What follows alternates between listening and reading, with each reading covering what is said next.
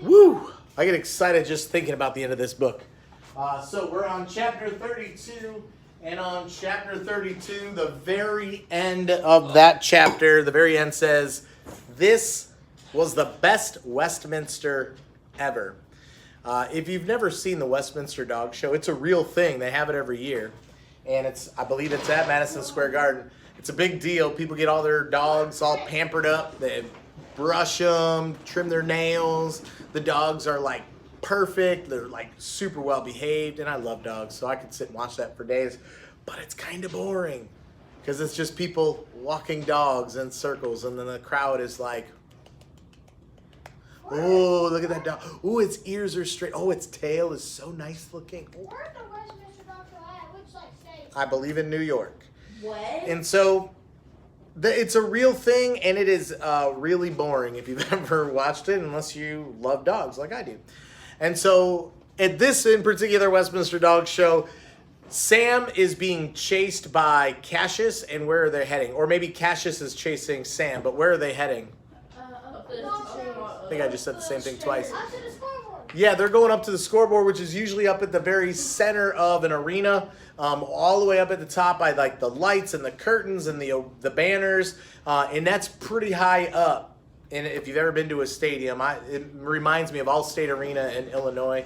I've been there many a times. Bridgestone Arena here in Nashville, a ginormous arena. Now I've never been to Madison Square Garden, but I've heard it's pretty awesome. And so, let's see. Yeah, so Cassius is chasing Sam. Sam's initial thought is up. So Sam goes up to the skylight. All the other dogs are behind Cassius and Sam. Like they're running up the same area. And so that's where we left off. We're on chapter 32 now.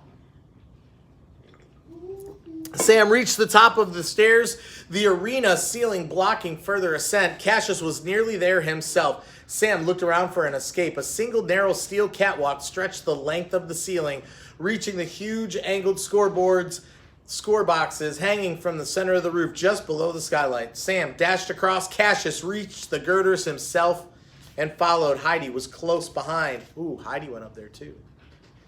She looked down at the distant floor and all the people staring up like ants, and she had to fight off dizziness. She sucked in a deep breath and started moving across the spidery walkway towards Sam and Cassius. Who do you think Heidi's going after, Sam or Cassius? Sam. You think she still has a place in her heart for Sam?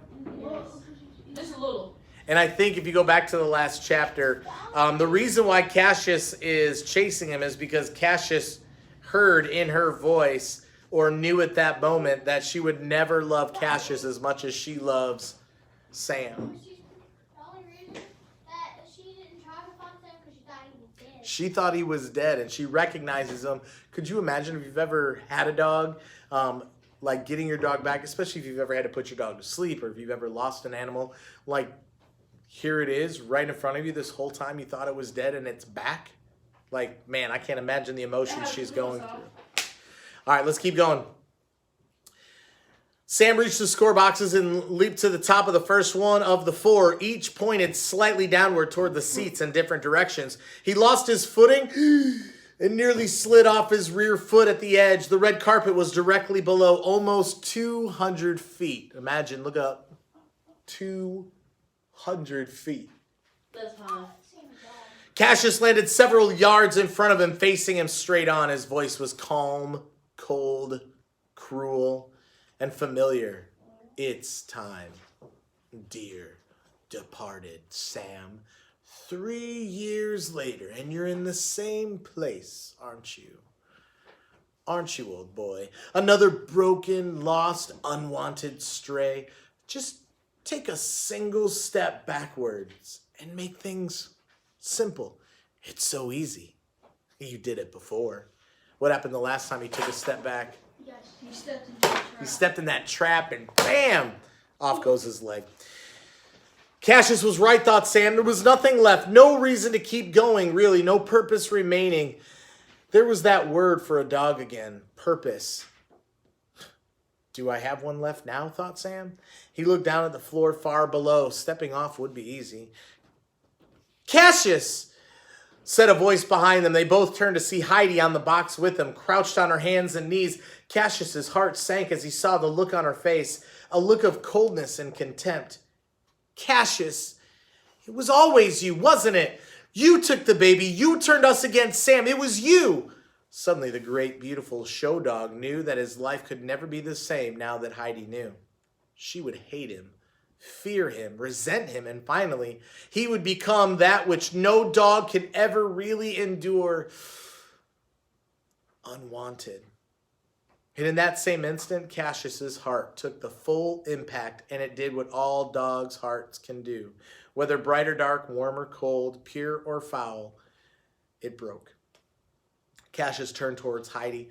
His lips curled into a new and different rage. His wrath was now upon her. He lowered his perfectly groomed head and moved toward the young woman. Fear swept Heidi's face as she crawled backward but had nowhere to go.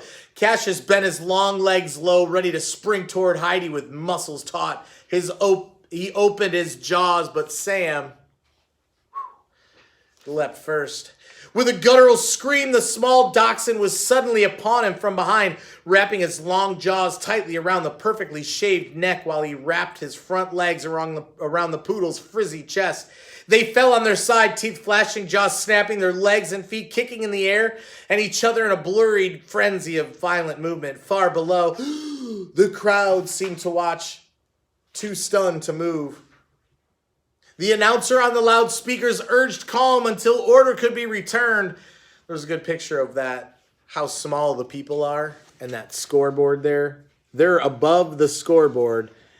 Those little dots down below are people. The announcer on the loudspeaker urged calm and order until order could be returned. Order was not close to returning. The flailing dogs caused Heidi to move backward and slip off the large score box, falling 6 feet to a smaller box hanging below, holding the clock. Let's all gasp. Her feet then lost their purchase on the smooth surface, and she slid off of this, catching herself to keep from falling to her death by a weak grasp on the single brace of aluminum with a single hand. Let's all gasp again. In the roaring audience, Hamish stared up in horror at his niece. Mrs. Beaglehole sat next to him, mouth agape, words stuck in her bovine throat like a chicken leg.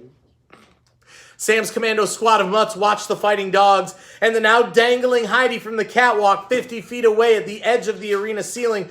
Old Blue saw a large coil of thin rope used to pull crates of replacement bulbs for the scoreboard. He picked it up in his teeth and he dropped half of it to the floor below. Several men ran to it and grasped it, since that's what humans seem to do when faced with a dangling rope. Old Blue faced Poof. "How's the digestion today, Top Gun?" Blue asked. Poof looked down at the floor hundreds of feet below and then back at the blue dog. "Troublesome," he said. This was good news. Blue turned to Jeeves. "Good day to fly, pal?" "Why not?" said the hound. She turned to the 6-ounce Willie. "Willie, secure the goods." "Right," said the tiny terrier. With that, Poof hopped onto Jeeves's back and lay down, much a jet engine might sit atop a Cessna. Willie took the rope end in his mouth and did what a pair of hands might. He zipped around the two dogs, building a hasty but effective harness that strapped them tightly together. Old Blue pointed the two of them right at Heidi, still dangling, close to losing her grip. Bug and Fabio steadied the catwalk and made sure the rope was clear. "Ignition," said Blue. The explosive blast suddenly hushed the crowd below. High above their heads, they watched two inelegant mutts rocket off the end of the catwalk on a small but explosive burst of flaming gas from poorly digested kibble. Maintaining altitude with the help of wing-like jowls, they sailed just over the head of the young woman hanging from the clock box and then plunged earthward, their momentum and fuel exhausted. They dropped only a few feet since the rope grew taut across the clock box framework and was held firm by the men far below. The dogs dangled, as a very heavy kite might, from a very high tree. As targeted, the rope lay within inches of Heidi's free hand. She grasped the line and held on, her feet wrapping around the rope. Slowly, the men on the ground fed out their end of the rope, and they lowered this entire group to the red carpet 200 feet below. Let's all give a Sigh of relief. Ready? Thank goodness. Heidi pushed away from Uncle Hamish, who rushed to help her. He looked back up at the dogs, still fighting to the death above their heads. Sam! Sam! She yelled, but the crowd was too loud for her voice to carry. High overhead, caught in Cassius's death grip, Sam's strength was giving out, blood streaming from tooth punctures. His flesh was ripped across his back from manicured nails. Cassius held a fold of his neck in his teeth, slowly suffocating the small dog. Sam, on his back, pushed against the big poodle with paws. Oh, he's a dachshund. Too short. He only had enough breath to croak out one final question in a whispered rasp. Someday, somewhere, you're going to kill her too, aren't you? Yes, said Cassius, whispering through the teeth clenched on Sam's neck. If she won't love me, she won't, said Sam.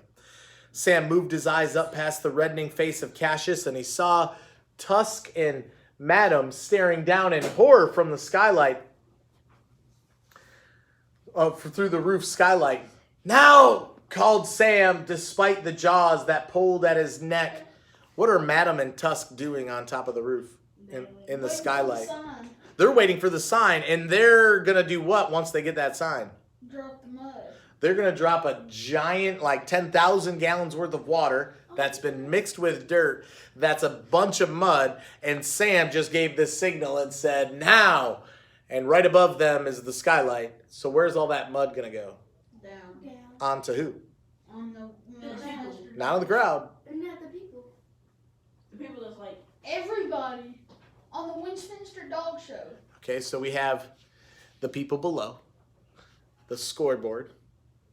Sam and Cassius fighting to the death. The skylight. So who's that mud going to hit first? The dogs.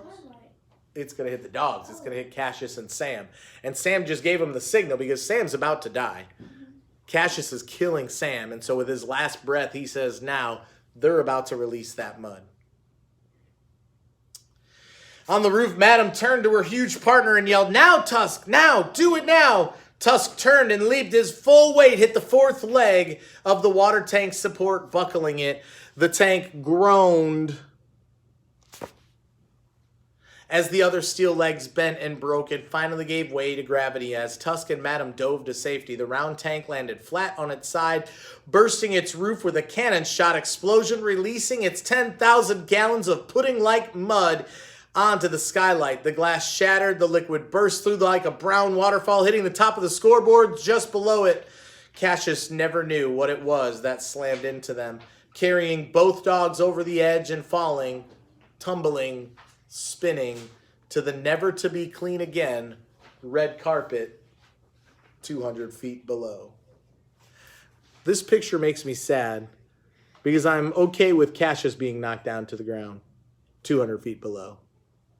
But I feel so bad for Sam. Look at his face, that anguish, that despair.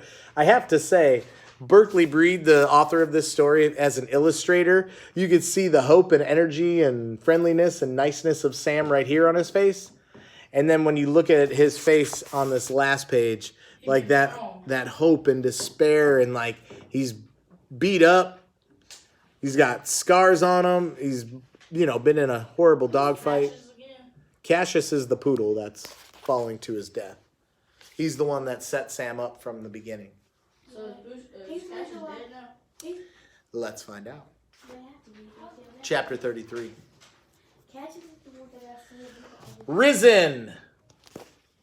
Women screamed, men yelled as 10,000s of spectators erupted in panic and rushed to the exits. The gooey cascade of mud running down from the heavens had stopped, but many guessed that other biblical plagues might follow, and it might be smart to leave before the locusts came. Dozens of the world's most beautiful dogs shook off the bulk of the mud that coated their bodies and staggered away from the arena center in a sort of muddled daze. All but two. Two figures lay prone and unmoving at the center of the vast mud-covered floor as people and dogs swirled in chaos about the edge. Heidi, coated in the brown ooze herself, slowly walked past the unmoving form of Cassius and approached the small dachshund lying next to him. She dropped to her knees next to Sam. She gently picked him up with both hands. Sam's head hung to the side. She cradled the limp dog and looked down at the brown eyes that she had thought she'd never see again. And her shoulders slumped with a sadness beyond simple grief. A sadness made even more hollow by regret. Regret that she hadn't believed in him when he needed it most. Years ago, regret that she would now never have the chance to tell him how sorry she was for this. Regret for the seasons unspooled. The birthdays celebrated, the happy small moments of life passed unshared by the dog that just gave her his. She wept but made no sound. Then neither she nor anyone else in that frantic arena noticed that time seemed to have come to a stop. The lights dimmed, the darkness dropped over everything. The walls, the sounds, and the people faded into the background as if suddenly out of focus. A blue light shimmering down like moonbeams underwater fell on Heidi, quiet and unmoving, her head bowed, Sam still held tight in her arms. A figure walked in slowly from surrounding darkness and sat next to him and looked at Sam with a slight smile. If Sam could have seen, he would have recognized the preposterous terrier hyena dust mop mix. It was Peaches. Ah, poor Sammy. You've had a rough go of it, lad. Peaches looked up into Heidi's mud-splattered face, still bowed. Aye, she's a good one, she is. Worth fighting for. Or dying for, eh, Sam? The little dog studied Sam's face, his eyes closed, his great heart stilled. You lost it for a bit. That thing we're here for, but in the end you found it again, didn't you, lad? Ah, a shame to waste such a fine thing it is. He paused. Sure enough, Sam, your last day will come. Peaches turned, stretched his lumpy frame, and yawned. The most unexpected of angels turned and walked away toward the darkness outside the blue light, and he said without looking back, but it's not this one, laddie. And then Sam opened his eyes. He saw only a blurry image just beyond his long nose. As his head cleared, he saw that the fuzzy shape was the face of a young woman, smeared with dirt and tears. Her eyes closed. An old instinct returned without him thinking about it, as instincts do, and he just licked her right below her nose. Heidi opened her eyes, startled. She looked down at her dog. She blinked. Sam did the same. She pulled Sam up and tucked his muddy snout right into her neck as she so often had in the past. She waited for the warmth of his breath, and it came, and she knew that it wasn't a dream. She closed her eyes again and whispered into his torn ear, Sam, you've come home. Did you catch that Sam was dead? And Peaches shows up, and now Sam is alive again. If you didn't catch that, Peaches is Sam's guardian angel. If you go back in the story, Peaches, during that dogfight when Sam's about to meet his maker then, shows up. And Peaches with Sam, like, he's actually Sam's guardian angel. You got to go back to the story and read it. But Peaches is there to help Sam out. Let me see if we can finish this. Sam's dog commandos sat several feet away and looked at each other with something like astonishment. And then they watched the young woman stand up, still holding Sam, and move toward an exit. Uncle Hamish slipped next to her, leaving Mrs. Beaglehole staring and stunned, still seated in the VIP section where she still might be today. The crowd of pushing, shoving people suddenly calmed. They moved apart, making a clear path for the young woman and the three-legged dachshund. Before entering the bright light of the afternoon sun, Heidi turned and looked back to the arena. She looked at Sam's commandos sitting in the mud, watching her all along with everyone else, and she held out an open hand towards them. Aren't you coming? She said. And then before the thousands of hushed people in the audience and the millions of stunned viewers watching across the world on TV, the flawed and muddy depositees of the National Last-Ditch Dog Depository followed Heidi and Sam and quietly filed out of the Westminster Dog Show. Noses held high, backs straight, mud glistening. Wee Willie, sitting on Tusk's butt with a tiny little tail waving, turned to look at the passing crowd. Drink up, me hearties! Yo-ho! He said. Chapter 34. It's only a couple pages here. Lyon, Vermont. Old Blue led the Flawed dogs as they discovered what a field of autumn dandelions will do when a pack of mutts tear into it. Streaking across the hills, they and another 50 barking beasts also discovered that while catching dandelion wisps and dramatic balletic leaps could be fun, digesting them, was not. Pooft discovered this earlier, and the Piddleton Fire Department had to retrieve him from the singed upper branches of the valley's tallest maple tree. As the dogs ran ahead, Uncle Hamish lay on his back, sunning himself in a small wagon, his head on Violet's lap. Bruno, now 4, sat in front, holding the reins. Tusk, the only one of the original Flawed commandos, still unadopted, wore a harness and pulled the lot of them up the hill after the other dogs, his momentum maintained by the giggling Bruno chucking stale baguettes out in front of the happy, huge beast. Coming in last was Heidi, strolling in the tall grass while Sam stretched atop her head and chewed on a dandelion stalk. At the crest of the hill, they could see down the manor house and kennels, newly renamed the McLeod Heavenly Acre Shelters for People-less Dogs. Heidi and Sam watched several cars pull up, the first of the day. Kids tumbled out and pointed toward the mutts making their way down the hill toward them. Tusk stopped and sat down shyly before a very small, very skittish 10-year-old boy who stared up at him, arms stiff at his sides. "There are," said the boy matter-of-factly, "some kids at my bus stop that grab the ho-hos from my lunch sack every day." Tusk looked at the boy's father standing behind him, who shrugged. "Not anymore," said Tusk.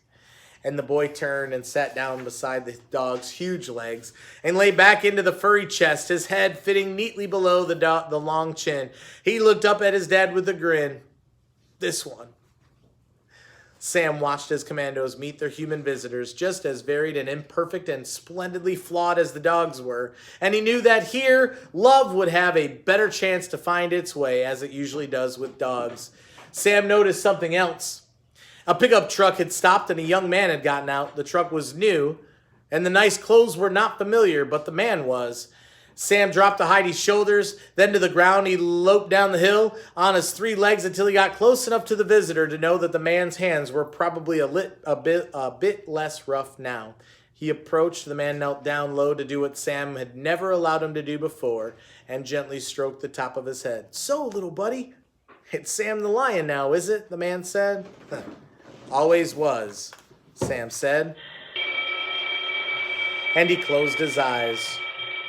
I love this picture. I wish I could see all of the pictures from the book in color, because they're really vibrant, but that would be the moment where Heidi's cradling Sam after he fell off the scoreboard from the ceiling.